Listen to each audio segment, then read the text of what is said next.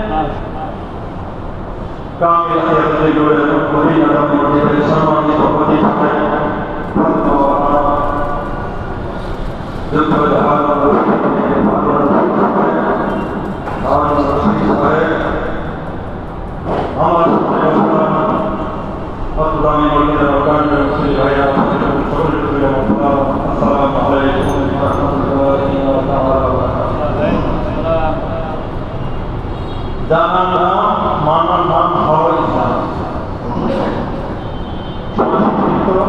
সময় কম, যতটুকু আলোচনা করি মেহেরবানি করে মনোযোগ সহকারে শুনতে। জানার নাম মানার নামই হল ইসলাম। শুধু জানার নাম ইসলাম নয়, মানার নাম হল ইসলাম। অনেকেই আমতাম নাম যিনি পুরা কোরআনে যিনি অনুবাদ করেছেন, ব্যাখ্যা করেছেন, তার নাম হলো কি গিরিশ চন্দ্র। তিনি কিন্তু জানতেন, কঠিনভাবে জানতেন। আমি যত মনে করি বাংলাদেশে 29 লক্ষ জানার মতো লোক আমার মনে হয় বাংলাদেশে থাকতে পারে, কিন্তু একলা তিনি অর্থ বলতে পারবেন, লিখতে পারবেন, এরকম লোক না হয় বাংলাদেশে। কিন্তু তিনি কি পরিমাণ জানতেন, যিনি 30 পারা কোরআনে কি করেছেন, অনুবাদ ব্যাখ্যা করেছেন, তার নাম হল গিরিশ চন্দ্র। তিনি জানতেন কিন্তু মানতেন না। এই জন্য বললাম জানার নাম ইসলাম নয়, মানার নাম ইসলাম। জানতে হবে, আপনার জানতে না কবিয়ে না হবে, না বলতে কি হবে, কবিয়ে না। কারণ আল্লাহ মুহাম্মদ আলামিন উঠে বলেছেন পবিত্র কোরআনে ইকরা পড়ো, মুহাম্মদ উঠে বলেছেন পড়ো, জানা পড়ো, আর মানা এটা পড়ো। তো জানলে জানলেন না, তাহলে কি আপনার কোনো কিছু জানা হবে না, কোনো কিছু মানা হবে না। জানতে হবে, মানতেও হবে। পবিত্র মাহে রমজান ধরে আমরা থাকি, অত্যন্ত ফজিলত মাস, ঈমান অত্যন্ত ফজিলত মাস। এই পবিত্র মাসে ইবাদতের পাশাপাশি কোরআন তেলাওয়াত করতে হবে। আমরা বাবা মায়েরা আছি, আমরা কোরআন তেলাওয়াত করব এবং সন্তানদেরকেও কোরআন তেলাওয়াত করার জন্য আহ্বান করব, আদেশ করব। কথা বুঝতে আসছে? আমরা তো কোরআন করবই, আমাদের সন্তানদেরকেও কোরআন তেলাওয়াত করার কি আদেশ করব। কারণ কোরআন তেলাওয়াত করলে 3টা ফায়দা হয়। কয়টা ফায়দা হয়? 3টা ফায়দা হয়, 3টা গুণ হয়। সন্তান কখনো বিভ্রান্ত হবে না। কোরআন পড়লে কি হবে? সন্তান কখনো নেশাখোর হবে না। কোরআন যদি ওর সন্তান পড়ে, সে তার বাবা মাকে শেষ বয়সে কখনই বিদ্যা শুরু করাবে না। ওরা ঠিক না। নাম্বার 3, যখন বাবা মা মারা যায়, আল্লাহ সুবহানাহু ওয়া তাআলা এই সন্তানের কারণে ওই বাবা মাকে জান্নাত দান করবে। পবিত্র রমজানের আলোচনা নয়, তবু একটা আলোচনা না করলেই নয়। অনেকে বলি 20 টাকা দিয়ে নয়, 20 টাকা কি বিয়ের খুবই গুরুত্বপূর্ণ বিষয়। 20 টাকা দিয়ে নয়, কিন্তু 20 টাকা দেওয়া হয়, এটা সরকারকে আদেশ করেছে, কিন্তু 20 টাকা দিয়ে এটা সরকারি করেছে কিনা। একটা মেয়ের বয়সে 20 বছর বারবার করে নিয়ে বসে, আমি মনে করি এরপরে দিয়ে না হবে, তাতে হবে সবকিছু থাকতে পারবে। 20 টাকাকে নিম্ন টাকা দেওয়া হয় এবং প্রেগনেন্ট হয়, যে সমস্ত সন্তান বিভিন্ন হাসপাতালে কি হয়, পয়দা হয় এবং সংস্কার হয়। কথা বলতে পেরেছেন? অতএব আমরা 20 টাকা কিনে এবং আমাদের মেয়েদেরকে এবং ছেলেদেরকেও 20 টাকা দিয়ে পড়াশোনা যাই হোক, মায়ের কথায় দুটি মানুষ, দুটি মুসলমান, দুই দল যুবক। একটা মাহের রমজানের ফায়দা নেওয়ার জন্য ও মানে যাকে বলা হয় কোমর বেঁধে ইবাদত করে। কি করে?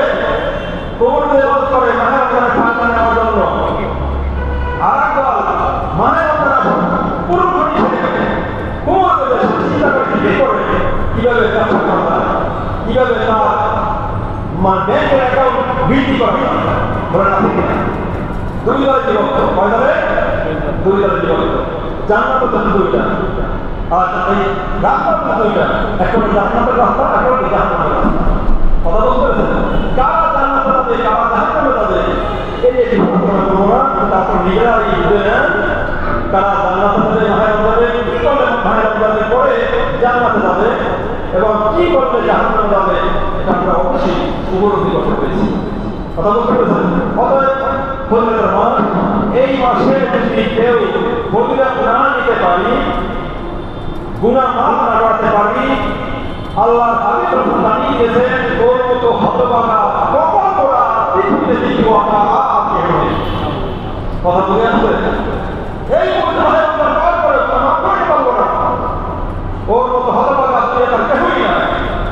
এখন নিজেকে প্রশ্ন করেন, আপনি নিজের কোন অবস্থায় আছেন? গুনাহকে মাফ করতে পেরেছেন? মহানবী সাল্লাল্লাহু আলাইহি ওয়াসাল্লাম তিনি কুমোরে ইবাদত করতেন। বিশেষ মাহের রমজানের পরে কঠিনভাবে তিনি ইবাদত করতেন। আল্লাহর নবী সাল্লাল্লাহু আলাইহি ওয়াসাল্লাম তিনি গভীর রাতে উত্তর করতেন, কান্না করতেন, কান্না করে বলতেন, ইয়া রাব্বুল আলামিন, আমি তো মাহের রমজানের পাইলাম, ইয়া রাব্বুল আলামিন আমার গুনাহ মাফ করে দিন। আল্লাহ নবী সাল্লাল্লাহু আলাইহি ওয়াসাল্লাম ইয়া রাব্বুল আলামিন, আমি মাহের রমজান পালন করলাম, আল্লাহ আপনার দরবারে কবুল হয়েছে, আমি কি আমার গুনাহ মাফ করে পেয়েছি? আল্লাহর কাছে মুহাম্মদের দরবারে আল্লাহ নবী সাল্লাল্লাহু আলাইহি ওয়াসাল্লাম এই প্রার্থনা করতেন। ওসমান রাদিয়াল্লাহু সকলের নাম জানি, ইসলামে অন্যতম পরিবর্তন ওসমান রাদিয়াল্লাহু তিনি গিয়ে বলতেন, আমি অর্ডার করছিলাম, কান্না শুরু করেছেন। তার বন্ধুরা বললেন, তুমি আসার একদম তুমি কেন কান্না করো? বলে আমি এজন্যই কান্না করি, মনে করে আপনি আমাকে জান্নাত দান করেছেন, কিন্তু জান্নাতে যাওয়ার আগে আমি কি মাহের রমজানের কি গুনাহ মাফ পেয়েছি? ঈদের দিন, খুশির দিন, এই দিনে কি আমি গুনাহ মাফ পেয়েছি? আমি যদি গুনাহ মাফ না পেয়ে থাকি, তাহলে আমার মাহের রমজানের সিয়াম পেয়ে আমার কি লাভ হলো, কি ফায়দা হলো? যাই হোক, মাহের রমজান আর প্রাণপ্রিয় মুসলিম ভাইরা, আমরা অত্যন্ত সৌভাগ্যবান। আমরা কি অত্যন্ত সৌভাগ্যবান যারা আমরা মাহের রমজান পেয়েছি। সুবহানাল্লাহ, কি পেয়েছি? যারা আমরা এই মাহের রমজানের সিয়াম পেয়েছি, অত্যন্ত পবিত্র মাস। আমাদের তকদিরে এই মাহের রমজানের সিয়াম লেখা ছিল। আজকের মাহের রমজানের সিয়াম জীবনের শেষ মাহের রমজানের সিয়াম হতে পারে, বলেন ঠিক কিনা? আগামীকাল বা আজকে বা এই জুমার সালাতের পরে বা জুমার সালাতের সময় কি মৃত্যুবরণ করবে না পৃথিবীতে মানুষ? অনেকেই মৃত্যুবরণ করবেন। আপনারা যারা আছেন তারা ধরে নেবেন, আমার এই মাহের রমজানের এই যে সিয়াম, এই যে জুমা আমার জীবনের শেষ সিয়াম, আমি আর জীবনের সিয়াম পাবো না। এই চিন্তা করে, এই ফিকির করে আমরা সকলেই আমরা ইবাদত করব। আমরা আসলে বারবার আমি একই কথা বলি, আমরা আমল করি না। কি করি না? আমল করি না। জানার নাম ইসলাম নয়, মানার নাম ইসলাম, আমলের নাম ইসলাম। আমল করতে হবে, যে আমল করি।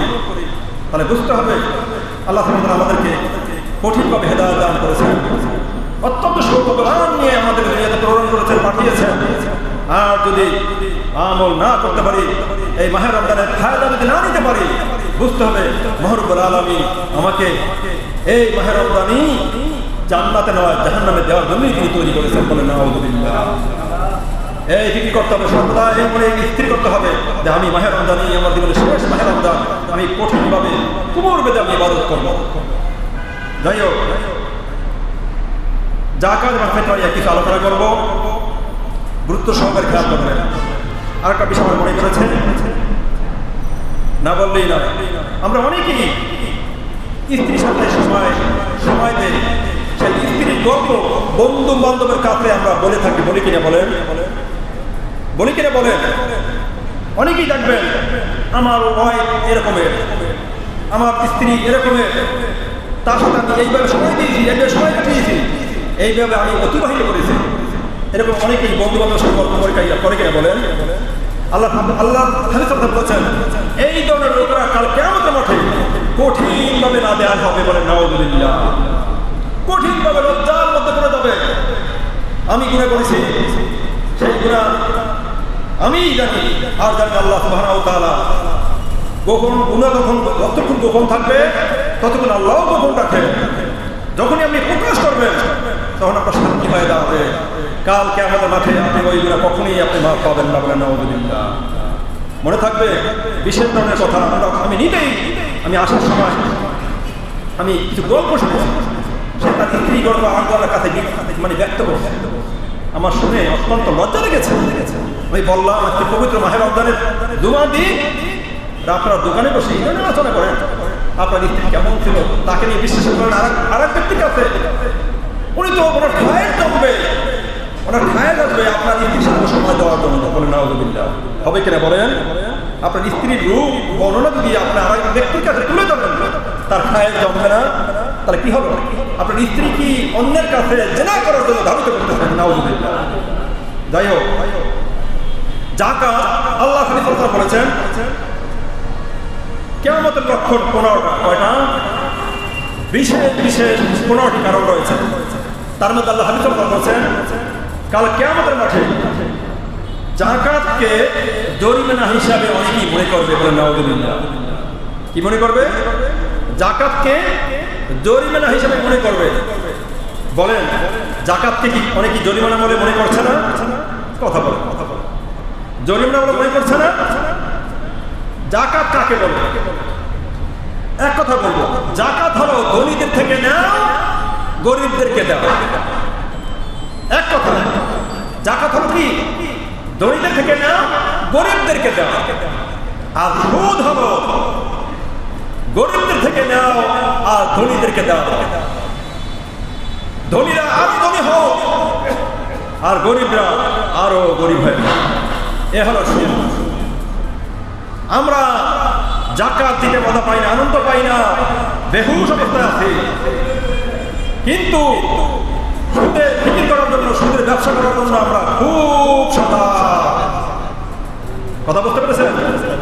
যাকাত চান্দ্র মাস হিসেবে যাকাত দিতে হবে। কোন মাস হিসাবে? চান্দ্র মাস। চান্দ্র মাসে হিসাব করা, চান্দ্র মাসে হিসাব করে যাকাত দেওয়া, নিজের জীবনকে পরিচালনা করা ফরদে কিফায়া। আবার সুবহানাল্লাহ। ফরদে কিফায়া কি? আরবি মাস অনুযায়ী নিজের জীবনকে পরিচালিত করা। কিন্তু আমরা জানুয়ারি, ফেব্রুয়ারি, বৈশাখ, জ্যৈষ্ঠ, কিন্তু কোরআনের মাস আমরা ম্যাক্সিমাম মুসলমান রয়েছেন যারা কোরআনের মাস 12টি মাস আমরা জানি না। আমি নির্দ্বিধায় বলতে পারি, আমি দেখে প্রশ্ন করি, আমার মনে হয় 90% মানুষ বলতে পারবো না 12টি মাস। কথা বুঝতে আসছে? মাহের রমজানকে আমরা জানি, এরপর তারপরে গুলিয়ে ফেলবো। অথচ যেটা ফরদে কিফায়া জানা, সেইটা কিন্তু আমরা জানি না। এটা আমাদের জানতে হবে। যাকাত ফরজ হওয়ার 5টি শর্ত। কয়টা শর্ত? 5টি শর্ত। 5টি শর্ত যদি কারোর মতো বিদ্যমান থাকে, কারোর মধ্যে যদি পাওয়া যায়, তাহলে তার উপরে কি যাকাত ফরজ হয় না। মনে রাখবেন, যাকাত যার উপরে ফরজ, ফিতরা তার উপরে ওয়াজিব। যাকাত যার উপরে ওয়াজিব, ফরজ তার উপরে কি ফিতরা ওয়াজিব। বা ফিতরা যার উপরে ওয়াজিব হয়, তার সাথে যারা যারা আশ থাকে, মানে স্ত্রী, সন্তান, সকলের প্রতি কি ফিতরা দেওয়া ওয়াজিব হয় না। আমি পরে আসতেছি, ফিতরার কথা পরে আসতেছি। যাকাতের 5টি শর্ত করতে হবে। তার মধ্যে হলো নেতার পরিমাণ সম্পদের মালিক হতে হবে। কি পরিমাণ? নেতার পরিমাণ, নির্দিষ্ট পরিমাণ সম্পদের মালিক হতে হবে। নাম্বার 1। এই নির্দিষ্ট আসলে 5টি সম্পদের আলোচনা ব্যাখ্যা করতে গেলে আমার মনে হয় 1 থেকে 2 ঘন্টা লেগে যাবে। আমি সংক্ষিপ্তকারে বলবো, সময় সংক্ষিপ্ত, একটু মনোযোগ সহকারে শুনবেন। নেতা পরিবার সম্পদের মালিক মানে কারো কাছে যদি 7.5 ভরি স্বর্ণ থাকে অথবা 52 তলা রৌপ্য থাকে, এই পরিমাণ সমপরিমাণ যদি সম্পদ থাকে, তার উপরই টাকা খরচ হয়ে যায়। 7.5 ভরি স্বর্ণ অথবা 52 তলা রূপা অথবা এর সমপরিমাণ যদি সম্পদ থাকে, এই সমপরিমাণ সম্পদ থাকলেই হবে না। আল্লাহ কন্ডিশন দিয়েছেন, এই সম্পদটা 1 বছর স্থায়ী হতে হবে। কয় বছর? 1 বছর স্থায়ী হতে হবে। এখন একটা বিষয় রয়েছে, আল্লাহর হাবিব সাল্লাল্লাহু আলাইহি ওয়াসাল্লাম সময় 7.5 তলা স্বর্ণ এবং 52 তলা রূপার দাম ছিল সেই। কথা বুঝে আসছে? 7.5 তলা স্বর্ণের দাম কত এখন বর্তমানে হিসাব করেছেন? 11 লাখ থেকে 11.5 লাখ টাকা। আর 52 তলা রূপার দাম সর্বোচ্চ 80 থেকে 85,000 টাকা। দেখেন কতটা তারতম্য হয়েছে, কতটা উঁচুনিত হয়েছে। কারণ আল্লাহ হাবিব সাল্লাল্লাহু আলাইহি ওয়াসাল্লামের পর থেকে স্বর্ণ এতটাই ব্যবহার করেছে, এই জন্য স্বর্ণের দাম দিনে দিনে বাড়তে ঊর্ধ্বগতিতে চলে গেছে। আর রূপা শুধু পায়ে ব্যবহার করে, কানে নাকি কেউ ব্যবহার করে না।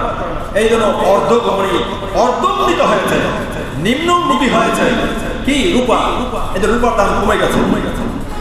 ওলামা করে বলেছেন, দুটি স্তরের দিকে কেউ ডাকাত যায়, তার ডাকাত আদায় হয়ে যায়। যদি কেউ 7.5 তোলা স্বর্ণ এবং সমপরিমাণ যদি সম্পদ থাকে, এই সম্পদ হিসাব করে যদি কেউ ডাকাত দেয়, তার ডাকাত আদায় হয়ে যাবে।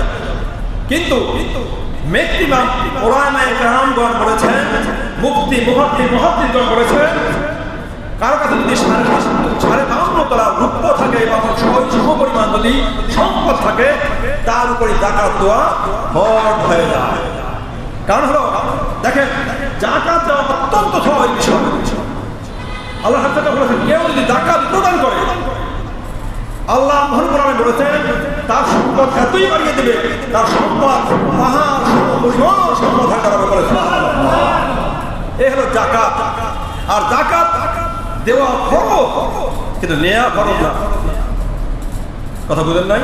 জাকাত দেওয়া ফরজ, জাকাত নেওয়া ফরজ না। জাকাত যখন আপনার হয়ে যাবে, ফরজ মানে কি? যদি আপনি আদায় না করেন, তাহলে আপনার জন্য কবিরা গুনাহ হয়ে যাবে।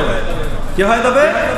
কবিরা গুনাহ হয়ে যাবে। কিন্তু কেউ যদি জাকাত না নেয়, তার জন্য কবিরা গুনাহ হবে না।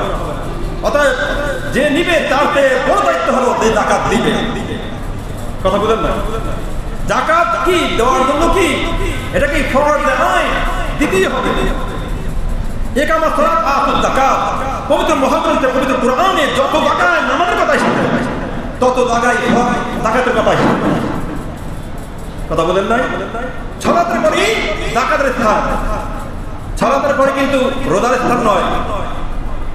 আমরা বলি অনেক সময় নামাজ রোজা বলি, আসলে নামাজ রোজা, নামাজ যাকাত, নামাজের পরেই যাকাতের স্থান। যে যতই ভালোভাবে নামাজ আদায় করুক না কেন, মাহে রমজান সিয়াম পালন করলেন চমৎকার ভাবে, তারাবিয়া পড়লেন চমৎকার ভাবে, কিন্তু আপনি যাকাত দিলেন না, আপনার পশ্চিম করে আল্লাহর দরবারে এই ইবাদত কবুল হবে না। বলেন নাউযুবিল্লাহ। যার নামাজ না পড়লে, সিয়াম পালন না করলে, আপনার জাহান্নাম থেকে আল্লাহ সুবহানাহু ওয়া তাআলা কিয়ামতের মাঠে হিসাব নিকাশ করে। কিন্তু যাকাত যদি কেউ না দেয়, তার শাস্তি ভোগ করতে হবে কিয়ামতের মাঠে। বলে নাউযুবিল্লাহ। কিয়ামতের মাঠে যখন কিয়ামতের উপনীত হবে, তার অবস্থা হবে কঠিন বা ভয়ঙ্কর। যখন এই যাকাত কেউ যদি না দেয়, যাকাত দেওয়া মানে কি? সম্পদ পবিত্র করা। কি করা? সম্পদ পবিত্র হওয়া। যাকাত দিলে সম্পদ পবিত্র হয়। যদি সম্পদ কেউ যদি যাকাত না দেয়, তার সম্পদ কি হয়ে যায়? অপবিত্র হয়ে যায়, তার জন্য হারাম হয়ে যায়। সে 10 তলা বাড়ি করুক আর 100 তলা মসজিদ করুক, এতে কোনোই ও সওয়াব বা প্রতিদান পাবে না। ওর জন্য কি? সব কিছু হারাম। যাকাত দিল না, 1 লাখ টাকা যদি 1 লাখ টাকা মানে আড়াই করতেন, 1 লাখে 2500 টাকা যাকাত হবে। সে দিল না, কিন্তু সম্পদ 1 কোটি টাকা, ও সমস্ত 1 কোটি টাকাই কি হয়ে যাবে? ওর জন্য হারাম হয়ে যাবে। কথা বলেন নাই? যাকাত যে পরিমাণ হবে, ওই পরিমাণ যাকাত যদি না দেয়, ওর সমস্ত সম্পদ কি হয়ে যাবে? হারাম হয়ে যাবে। 1 বালতি দুধের মধ্যে যদি 1 ফোঁটা পেশাব করে, ওই দুধ কি হয়ে যায়? হারাম হয়ে যায়। তেমনি কেউ যদি যাকাত না দেয়, জাকাত না দেওয়ার কারণে ওর জীবনের সমস্ত সম্পদ কি হয়ে যায়? হারাম হয়ে যায়। বুঝতে পেরেছি? তাই হোক, নেতার পরিমাণ সম্পদের মালিক হতে হবে। দেখতে কত সময় লাগে, কঠিন সময় লাগে। তাই হোক, দ্বিতীয় হলো সম্পদ 1 বছর অতিক্রান্ত হতে হবে। কয় বছর? 1 বছর। এই সম্পদ যে আপনি জাকাতের যে সম্পদ, নেতার পরিমাণ সম্পদের মালিক হয়ে যান, এই সময়টা কতদিন? 1 বছর হতে হবে। কথা বুঝে আসছে? তৃতীয় হলো ঔনাসিক। আপনি জাকাত দিবেন, এই সম্পদের মালিক আপনার নিজে হতে হবে। অন্যের সম্পদের আপনার জাকাত দিতে হবে না। জাকাতের কি ঔনাসিক হতে হবে, নিজ মালিক হতে হবে জাকাত দেওয়ার ব্যাপারে। কথা বুঝতে পেরেছেন? চতুর্থ হলো প্রয়োজনের অতিরিক্ত সম্পদ যেটা থাকবে ওইটার আপনার জাকাত দিতে হবে। আপনি 1 বছর আপনার সম্পদ আপনার হাতে থাকতে হবে। আপনার হাতে মানে কি? ব্যাংকেও থাকতে পারে, ঘরের লকারেও থাকতে পারে। কথা বুঝেন নাই? আর আগেকার মানুষ তো কলসির মধ্যে বা বিভিন্ন প্রথায় এরা মাটি দিয়ে পুঁতে রাখত ডাকাতের ভয়। কিন্তু এখন তার সেই প্রেক্ষাপট নেই। এখন ব্যাংক রয়েছে, অনেকে স্টিলের আলমারি রয়েছে। স্টিলের আলমারিতে যদি কেউ চাবি দেওয়া হয়, তারপর সে খুঁজে বের করতে পারবে না সে টাকা কোথায় রেখেছে। এরকম অনেকের ঘরেই স্টিলের আলমারি রয়েছে। আর কিনা বলে যাই হোক, এইভাবে যদি প্রয়োজনের অতিরিক্ত থাকতে হবে। 1 বছর সম্পদ থাকলেই হবে না, আপনার খাওয়া দাওয়া থাকার পরে যদি আপনার নেতা পরিমাণ যদি সম্পদ থাকে, ওই সম্পদের উপরেই কি জাকাত দিতে হবে। কথা বুঝেন নাই? 5 নম্বরে ঋণ থাকা যাবে না। ঋণ থাকা অবস্থা কি? জাকাত দেওয়া যাবে না। আপনি জাকাত আপনাদের ফরজ হয়েছে, কিন্তু দেখা গেল আপনার জাকাত দিতে দিতে আপনি কি হয়ে গেছেন? ঋণগ্রস্ত হয়ে গেছেন। তাহলে কি আপনার জীবন আপনার উপরে কি জাকাত বর্তায় না? খরচ কি বর্তায় না? কথা বুঝতে পেরেছেন? এই 5 ব্যক্তির উপরে কি 5টা শর্ত পেলে কি হবে? 5টা শর্ত পেলে তার উপর কি জাকাত কি হয়ে যাবে? ফরজ হয়ে যাবে।